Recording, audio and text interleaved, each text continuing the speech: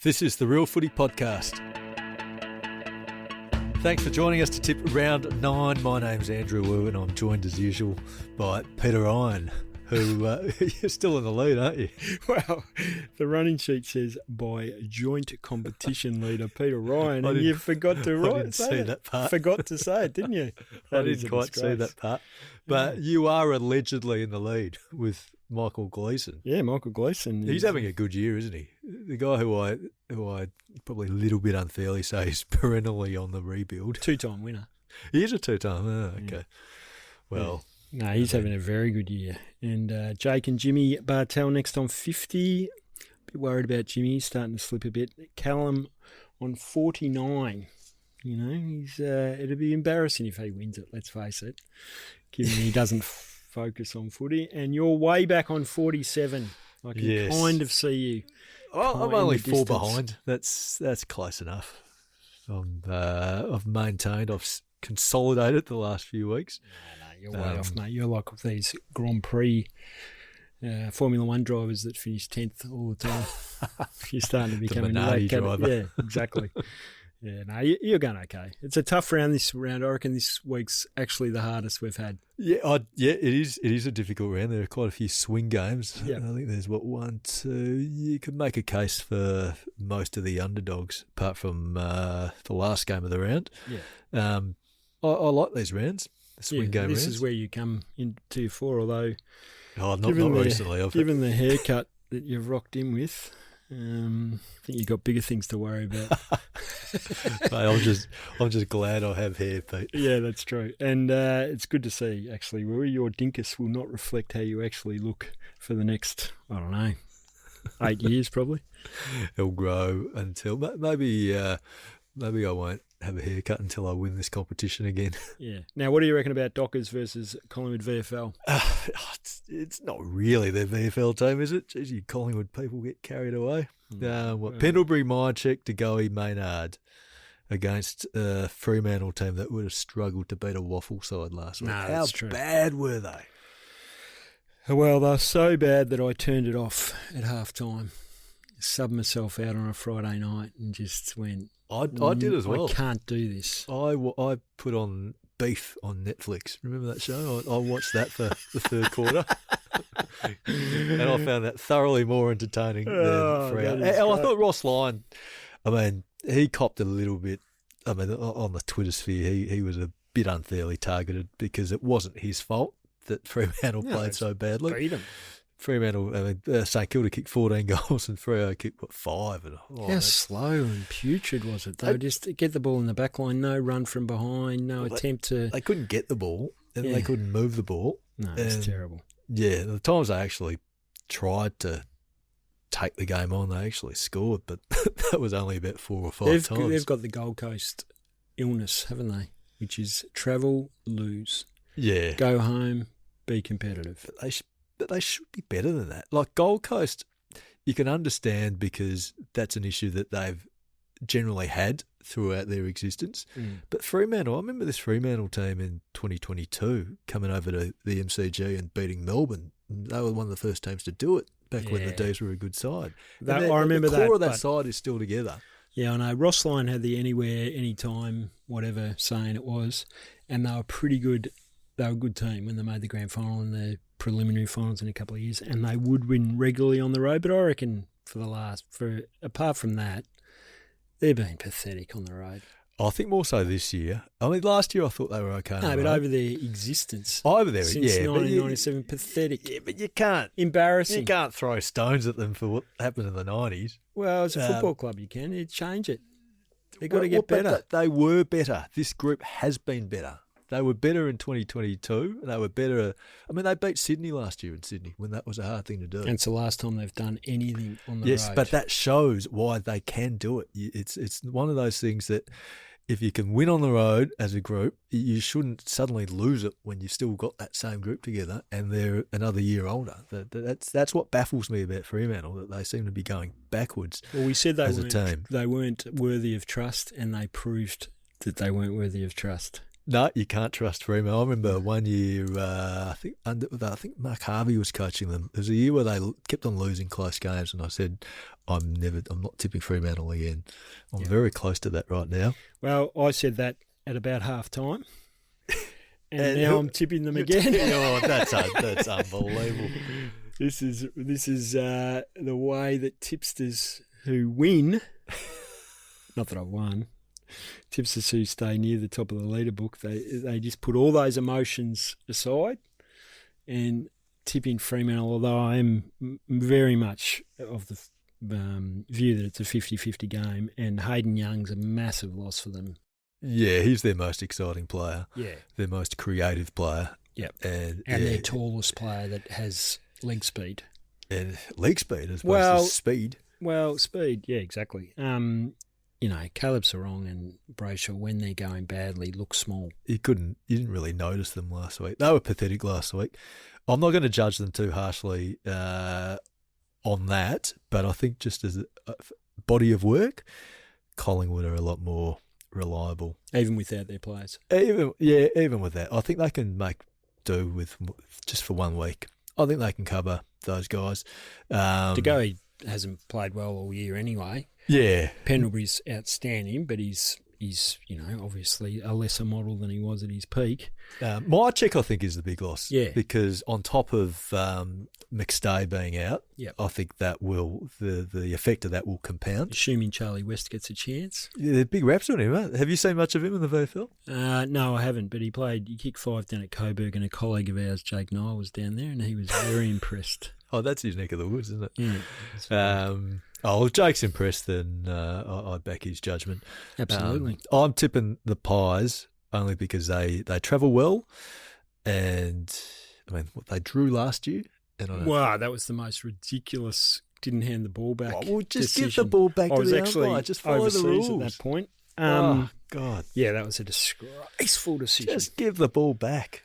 Don't be silly. Don't waste time. Has that umpire got that game? Craig McRae cracked a gag about that. He said that they've been training to give the ball back to the umpire, so it obviously still rankles. No, I'm tipping the Dockers. I think at home they're a 5-goal better side, and I reckon they're going to be under so much pressure this week, and it's ridiculous, but teams seem to be in 2025 responding to pressure. Collingwood's off a 5-day break, travel. Yeah, that's the worry. The 5-day break is a worry. 3 teams have lost off the 5-day break with travel. All 3 teams who have been in that position. Which teams were they? They're good teams. Brisbane was one of them. I guess they're a good team. Yeah. But Collingwood travel so well. They're a good travelling team. And I think they'll win. Okay. I hope they win for my tipping. Fremantle for me. Next game, Friday night footy, the Tom De Koning Cup, St Kilda against Carlton at the MCG. Oh, is it De Koning or De Koning? De Koning. I think it's De Koning. We'll call it the TDK Cup. His dad, Terry De Koning, taught me science at school, and it was Mr. De Koning. Mr. De Koning. Okay. Did you learn anything? We learned how to light a Bunsen burner.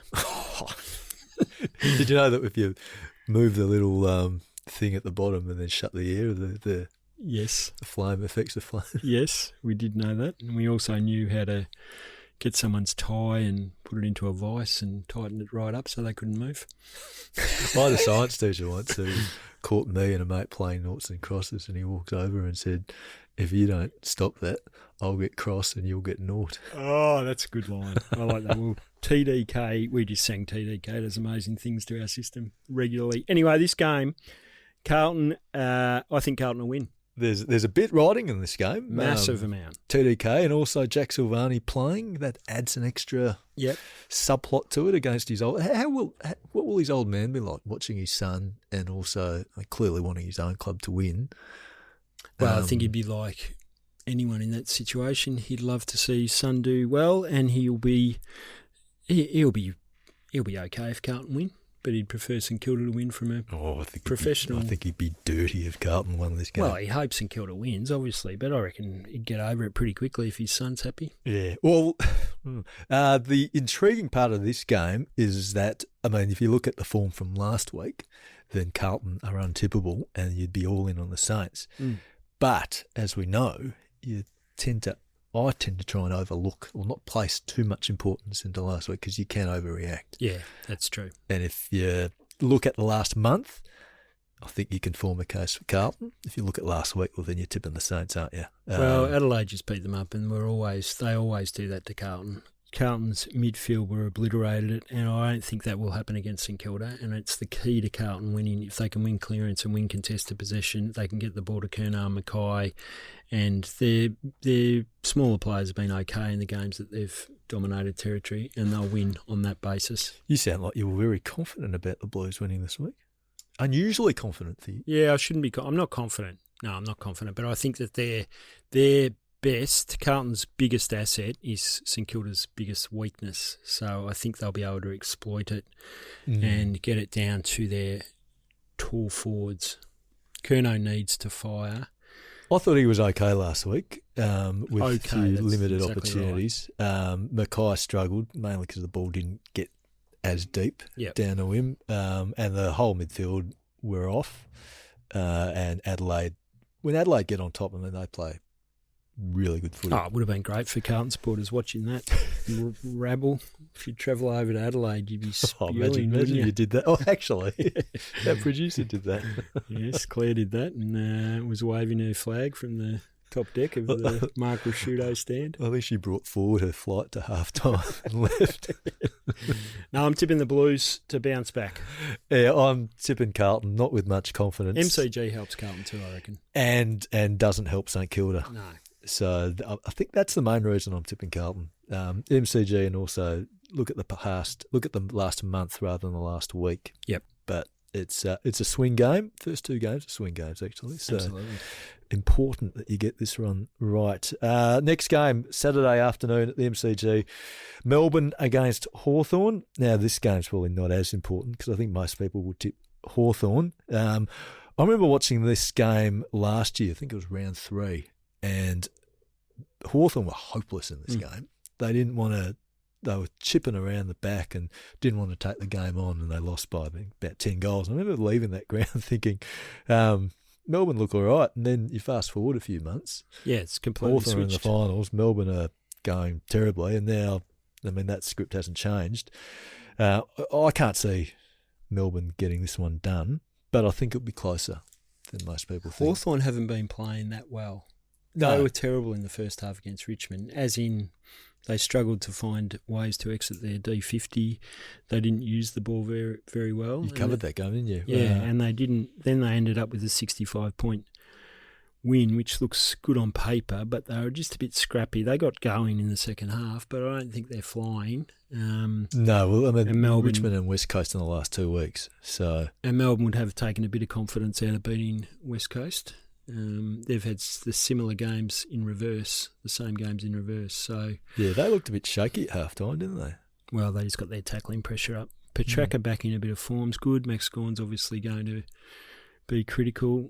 I reckon I'm tipping Hawthorn, and I think most people will tip Hawthorn. But this will show whether Melbourne's actually improved or whether they're just going to be a 10th to 14th. If they have improved, they should run Hawthorn to 3 or 4 goals. I think they should make this a competitive game, which is up for in doubt until the last quarter. Yep. But it would be a huge upset if they were to get up. And I'm not too sure whether Melbourne can kick enough goals. So they did get 13 in the second half last week, which will raise a bit of hope. And Daniel Turner played well. They're playing forward again. Yeah. I must say I didn't watch too much of this game. I had one eye on the election, the other eye on the Collingwood Geelong, and then I think that was eyes left to watch this one. People, if they weren't Melbourne supporters, were otherwise occupied. Yeah. Okay, Hawthorn for me. Yeah, Hawthorn for me. I might go and make Hawthorn my lock. I'll make them my lock after actually my lock fell over last week. We'll get to that later anyway. That's news to me. This lock thing's not working quite as effectively. I think you need to sing today. First time, actually. Yeah. Next game, Essendon against Sydney Marvel Stadium. This one's at twilight, Saturday twilight. So this is your favourite time slot, isn't it? I do like Saturday twilight. I always have.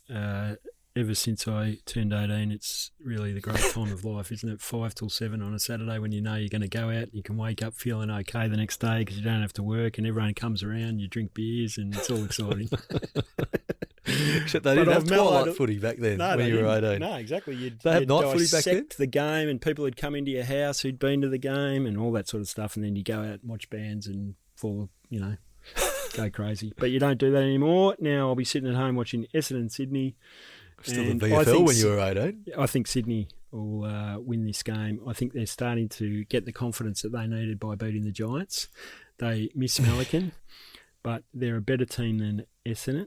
They are a better team, but I'm not convinced the Swans are back. Well, they're not back, but they're at least turning the corner. I wouldn't say turning the corner. They've made steps in the right direction. They're approaching the bend. I thought Essendon were... I wasn't impressed by them last week. I thought it was the typical unconvincing Essendon win against a bottom side. Well, they should have lost, really.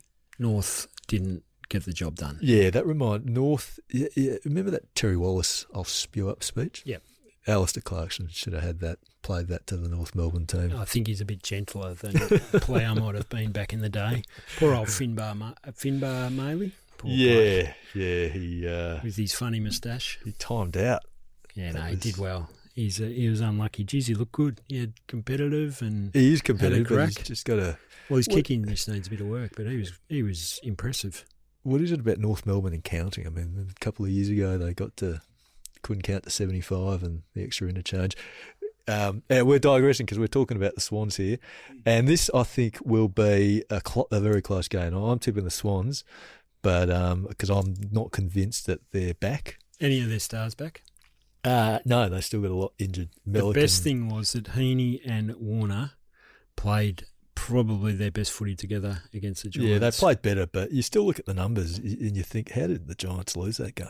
Because the Swans had 60 fewer possessions and got smacked in the contest. Yeah, well. They got the job done early, but I'm not sure that they're back. can see them carving up Essendon through the middle of the ground, Marvel Stadium, the way they move the ball against Essendon's okay defence and improving defence, but certainly less tight than other teams. And with Brodie Grundy up against Big Todd, gets a chance, doesn't he, Grundy, to make an impact. Yep.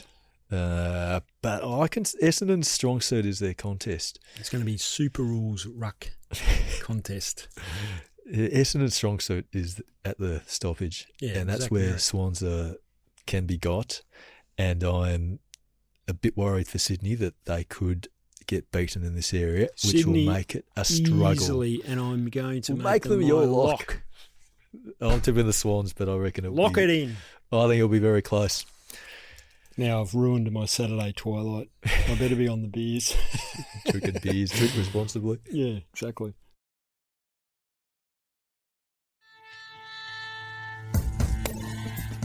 We're online all the time. Just search Age Real Footy on Facebook or Twitter. Next game, Saturday night, Gold Coast against Western Bulldogs at Darwin's TIO Stadium. I don't know what that stands for. It's a company. Company? Andrew? Yes. Insurance company? No, I'm not sure, but... we'll get into trouble if we talk too much about the sponsor. Bulldogs for me. Gold Coast for me. Gold Coast. Oh, we have a point of difference here. Slippery, slidey superstars. They can handle the conditions in Darwin. They love Darwin. It's a fortress for them, isn't it? Fortress. 6 in a row. They go off into their cool room and then come back out and just run around like it's the humidity of Gold Coast, and they revel in it. And they got beaten badly in the middle last week. That won't happen again. Oh, they were awful. This will be a great game to watch just because I like that Darwin atmosphere. I mean, obviously there's a bit of ball handling issues, but it's good to see games played up at the top end, and these are two pretty good opponents. So I reckon Gold Coast will win, though. I'm tipping the Dogs. I actually think because, I mean, heat's a big advantage for Gold Coast up at Darwin, but this has been, living in Melbourne the last 2 or 3 weeks, it's been pretty warm. So I don't think that's a big difference. That neutralises a bit of the advantage they have with the conditions. And I think the Dogs, their form has been exceptional this year. They're as good as any team in it. No, I love what the Dogs are doing, but I think this will be one of their toughest. This will be tough. Games. This won't be easy for them. But I'm not sold yet on Gold Coast, given that they've the opposition that they've beaten. I know they've beaten them by quite a big margin, which is a tick for them, but they failed a big test last week against a big-bodied midfield. The Dogs have been red hot at stoppage in the last 3 weeks, and I think that can continue. I think this game will be quite stoppage heavy, and I feel like the Dogs have got an advantage there. And they're a top 4 side at the moment, the Bulldogs. They've beaten quality opposition, and the 2 teams that have got them are Collingwood by a goal, Brisbane when they got overrun in the second half. So that's good form. I'm tipping the Dogs 2 goals, and I'm going to get one back on you on the in the tipping. That's great, passionate response, and I'm just going to laugh at you Saturday night. I'll be on the watch. You're going to be watching that game, Bulldogs Gold Coast, or Showdown 57, which is our next game. I'll be watching. Is there an election somewhere? You could probably watch the scrutineers count the votes in Kooyong. That'd be your pace, won't it? No, Port Adelaide, I'll be watching the Showdown to start. I think that's going to be not so much a great game, but the atmosphere during Showdowns are something that I really think would be great to attend the game, and it is also exciting to watch on television. Even though Port Adelaide are not going to win this game, I think Adelaide are going to win, and they should be able to do it comfortably. They've got a much more settled team. They haven't got all the off-field controversy that's surrounded them this week. They had a confidence boosting win over Carlton. They just feel like a team that can go out there and get the job done. Yeah, their best is as good as any other team, Adelaide. It's just that they've got to produce that a bit more consistently. But I think they've been reasonably consistent. Like Geelong got them off a 5-day break, and Fremantle jumped them, which made it hard for them. Yeah, that was disappointing. That was disappointing, but still, their form's not too bad. Your man Riley Thilthorpe, he'll be wanting to get back amongst it after his. He didn't have much of a game last week. Actually, their tall forwards didn't do a whole heap. They didn't have to. Adelaide, no, it was their smalls who did the damage. Yep. And I think this could get ugly for Port Adelaide. I mean, they're a bit of a roller coaster team in terms of when their emotions are up and their senses are heightened, they can play a big game. But how many times can you do that? Well, I think their senses will be up and their emotions will be heightened definitely for the Showdown. There's no doubt about that. For about 10 minutes, and then Adelaide will have 5 on the board. I think it'll come down to who's better. I think Adelaide are better. Zach Butters is crucial. How can Adelaide, last time Dan Houston knocked out Rankin, how do you sort of get yourself up for that, given that the bloke who was the villain is not in that team anymore? Well, you run around like a mad person yelling out, "Where's Houston? I'm going to get him." Well, just be careful what you say. They all laugh at you and say, "He's not playing anymore, mate." This game is intriguing. I mean, just a player to watch will be Willie Rioli, just to see how he handles all this. Because he's an excellent player when he's on song. Yeah. Which we don't know at the time when we were doing this, but that'll be interesting to see. Well, he and Mitch Georgiades are their 2 goal kickers. Their main attacks main dangers in the forward line. If Rioli doesn't play, I can't see how Port kick a score. I think Adelaide will win. I think they'll win by plenty. If I could do a second lock, they'd be my other lock, but I can't. So. Well, you might be looking for a lock after. If my other one falls over, then Adelaide can be my backup lock. Next game, Mother's Day. Richmond against West Coast at the MCG. Oh, gee, blockbuster. Yes, I'm not sorry, Mum. I can't come for lunch today. I'm going to go watch Richmond West Coast. This is off the topic and we haven't got much time, but what are these things that I see players popping up in my Instagram feed saying, if you can't get a present for your mum on, was it Swizzle or something, where they actually send a message to? Oh, yeah. It's nauseating. Yeah, I don't like that. You get enough money from the game. Do you really need to be And they all put a big smile on their face. Happy Mother's Day, June. Oh, please. So who are you tipping? That's just a little bit of a problem. I'm tipping Richmond. This is a boring contest. Are you covering this game? No, I think Mark McGowan is. He's pretty excited about it because he hasn't been to see Richmond West Coast for a while. It'll be close. It will be close. And you could justify tipping West Coast because they've actually strung together a bit of reasonable form for quarters at a time. They're building to a win, aren't they? Yeah, and if they get a bit of momentum, Richmond aren't the sort of team that would be able to just pull something out of the fire. They'll need to play well. The interesting dynamic here is that Richmond go into a game as the favourite, so the expectations are on them. So this will be the first time this year that they're going to be expected to win. They're lucky they've got Noah Bolter. It's a day game, yes. Yes, and Tom Lynch didn't have his kicking boots on last week, but if he can straighten up, he still gets 3 or 4 really gettable shots every game, even though he's not, as fit and as healthy as he was at his peak, but he's such an important player for that. And Taranto and Hopper are better than... Well, Baker and Graham will be fired up and know a little bit about Richmond's system, but I just think Richmond will be able to prevail. Yeah, I think Richmond, for me, West Coast are getting better, but it's going to be a big ask to... Well, you can't tip a team that hasn't won to travel on the other side of the country and expect them to win. No, you tip Richmond. Just tip Richmond and... Don't be silly. Move on. Next game, Geelong v Greater Western Sydney at GMHBA Stadium. Now, this is a game that normally you tip Geelong because of their, not just on home ground alone, but the Giants have won their last 4 at the Cattery. Is that right? Yeah. I knew it was a good record because was it Leak that... Yeah, Leakallee last year, took that mark. Took those marks. I'm still going to tip Geelong. I just think their form... still pretty good. I mean, they were ordinary against Carlton, but the Giants are going to have to dig themselves out of the hole. They are in a hole at the moment, aren't they? And that takes more than just 1 week to turn it around. You're right about them playing well, but I'm not sure. Sorry, playing well down at Geelong, but I'm not sure they've got the midfield that's in form enough to worry. No, they're giving up a lot of territory. They're making their defence do a lot. Yeah. I think the last 4 weeks they've given up more than 50 inside 50 entries. Yeah. So as good as Jack Buckley and Sam Taylor are, you're asking them to do a lot. No Brent Daniels, my man.